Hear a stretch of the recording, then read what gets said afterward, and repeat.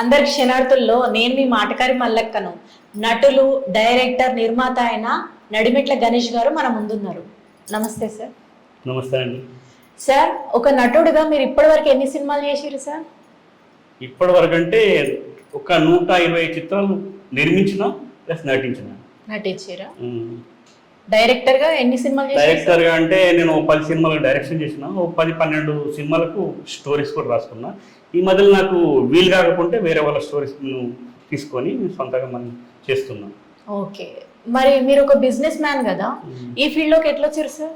ఈ ఫీల్డ్ అంటే నాకు చిన్నప్పటి నుండి ఈ యాక్టింగ్ చేయాలనే కోరిక ఉండేది. కానీ మాకు ఇక్కడ నుండి మాది ఏంటంటే, నేను పుట్టడం అనేది గుజరాత్లో పుట్టాను. పుట్టడం అక్కడనే పుట్టి ఫైన్ ఆర్ట్స్ చేసిన, అక్కడనే యాడెన్స్లో వర్క్ చేసిన. అక్కడనే వర్క్ చాలా మంది మన దగ్గర యాడెన్స్ సంత పెట్టుకొని చాలా మందితో వర్క్ చేయించాను.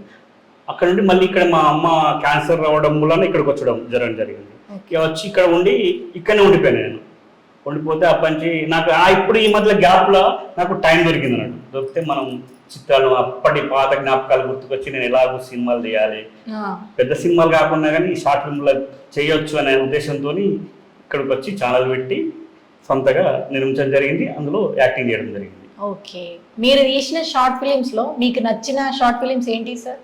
నేను తీసిన షార్ట్ ఫిల్మ్ అన్ని చాలా వరకు అన్ని నచ్చినాయే నేను చేసిన.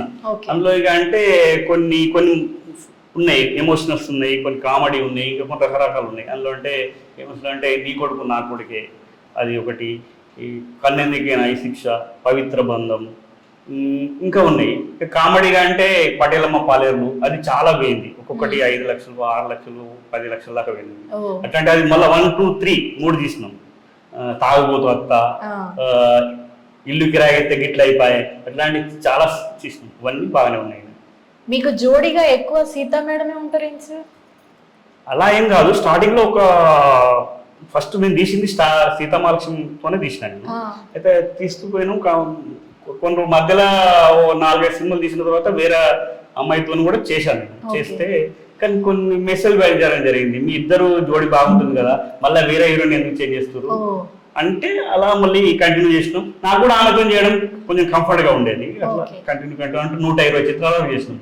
అలాగే మేము బయట కూడా 30 చిత్రాల వరకు మా కాంబినేషన్లోనే చేసినాం, వేరే ఛానల్ వాళ్ళకి కూడా. ఇంకా మీకు నచ్చిన డైరెక్టర్స్ ఎవరు సార్ ఈ షార్ట్ ఫిలిం ఇండస్ట్రీలో? షార్ట్ ఫిలిం ఇండస్ట్రీలో చాలా మంది ఉన్నారు. అందులో మొదటగా ఐలన సార్ వస్తాడు, తర్వాత రాజు ఊరగొండ,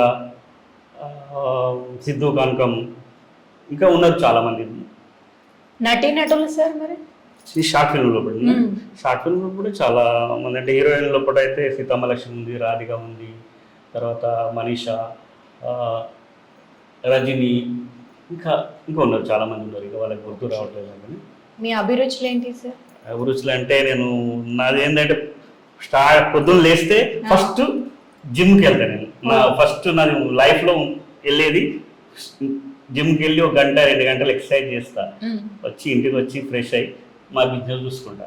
ఈ అభిరుచిలో అంటే తినడం లైట్, అది కూడా అన్ని రకాలుగా తినకుండా మామూలుగా ఎంత తినాలో అంత తింటా. ఇక డ్రింక్ అవన్నీ అంటే పెద్దగా అలవాటు లేవు నాకు. సినిమాలు చూడడం ఇష్టం, బుక్స్ రీడింగ్ అవి చూస్తూ ఉంటాయి అంతే. ఓకే, మీ లైఫ్లో మర్చిపోని సంఘటనలు ఏమైనా ఉన్నాయా సార్? మర్చిపోయిన సంఘటనలు అంటే బాగా ఏం లేవు. మర్చిపోయిన సంఘటన అంటే మా అమ్మ చనిపోవడం అనేది ఒకటి నాకు చాలా పెద్ద మర్చిపోయిన సంఘటన. ఇక మామూలుగా అయితే ఏం లేవు అంత పెద్ద మర్చిపోయిన సంఘటన అంతా. ఓకే, మీరు ఫ్యూచర్లో ఇంకెట్లాంటి సినిమాలు ఒక డైరెక్టర్గా ఏ సినిమాలు చేయాలనుకుంటున్నారు సార్? నేను డైరెక్షన్ లేకున్నా కానీ నేను యాక్టింగ్ చేయాలని నా చిత్రంలో ఒక పిచ్చోని క్యారెక్టరు, ఇంకా వేరే ఇంకా రకరకాల క్యారెక్టర్ చేయాలని. ఇప్పటివరకు అయితే ఎమోషనల్స్ అవన్నీ కామెడీ ఎక్కువ చేసినాం, ఎమోషనల్ కూడా చేసినాం. ఇంకా కొన్ని రకరకాలుగా డిఫరెంట్గా చేయాలని నాకు. కొత్త ఏమైనా స్టోరీస్ వస్తే ఖచ్చితంగా అవి మంచిగా సమాజానికి ఉపయోగపడేట్టు ఒక మెసేజ్ పరంగా ఉన్న చిత్రాలు ఖచ్చితంగా చేస్తాను అనుకుంటున్నాను. Okay sir. Telangana short film makers welfare association Karimnagar జిల్లా కోశాధికారిగా మీరు ఉన్నారు కదా సార్, ఆ పదవి మీకు హ్యాపీనెస్ ఇచ్చిందా? హ్యాపీగానే ఉంది. అంటే దానికన్నా ముందు ఒక మాట చెప్పాలి. మేము షార్ట్ ఫిల్మ్ చేసేటప్పుడు చాలా మంది మేము అనుకునే వాళ్ళం, మేము అంత చాలా మంది కళాకారులు ఉన్నారు, పేద కళాకారులు ఉన్నారు, ఇంకా చాలా మంది ఉన్నారు బయట నుంచి వచ్చేవాళ్ళు. ప్రతి ఒక్కరికి ఒక సంఘం పెడితే మనము వాళ్ళకు మంచి చేయడం జరుగుతుంది, వాళ్ళకు ఒకటి ఏదైనా ఆపదలో ఉన్నప్పుడు మనం అందరం కలిసి ఏదో ఒకటి చేయాలి అనుకొని ఆయిల్ రమేష్ సారు ఇంకా 3-4-5 మందికి కలిసి స్టార్టించడం జరిగింది. అప్పుడు స్టార్టింగ్ లో 100 మంది, స్టార్టింగ్ లో 100-175 మంది చేరారు. అప్పుడు మేము చేసినప్పుడు నన్ను అందరూ ఏకగ్రీవంగా ట్రెజర్గా ఎన్నుకోవడం జరిగింది. తర్వాత నా పనితనం మంచి నచ్చి అందరు సంతృప్తి పడి 2 టర్మ్ కూడా నన్ను కోశాధికారిగా చేసేది. ఇక నేను కూడా 80 అందరికీ సంతృప్తి వచ్చేదైనా కష్టపడ్డా అందరూ తృప్తిగా ఉన్నారు. నేను చేసిన దానికి మళ్ళీ నన్ను కోశాధికారి చేయాలంటారు, ఇంకా వేరే చేయాలని అంటారు. కానీ చూద్దాం ఇట్లా ఫ్యూచర్ ప్లాన్ ఎట్లా ఉంటుందో చెప్పలేము కదా. ఓకే, షార్ట్ ఫిలిం నిర్మాణంలో ఇంకా మీ ఫ్యూచర్ ప్లాన్స్ ఏంటి సార్? ఫ్యూచర్ ప్లాన్ అంటే నిర్మాణంలో అంటే నేను నటించాలంటే మంచి మూవీస్ లో నేను నటించాలన్న కోరిక ఉంది. అంటే మంచి స్టోరీస్, కథలు ఏదైనా మంచి ఉంటే ఏదన్నా ఓటీటీ మూవీ అయినా, చిన్న మూవీకి అయినా, థియేటర్ మూవీకి అయినా ప్రొడ్యూసర్గా చేయాలనే కోరిక నాకు మాత్రం ఉంది. మంచి ఏదన్నా కథ స్టోరీ ఎవరైనా డైరెక్టర్ నా దగ్గరకు వచ్చి చెప్తే అతను ఖచ్చితంగా ఓటీటీ మూవీ ప్లాన్ ఉంది నాకు.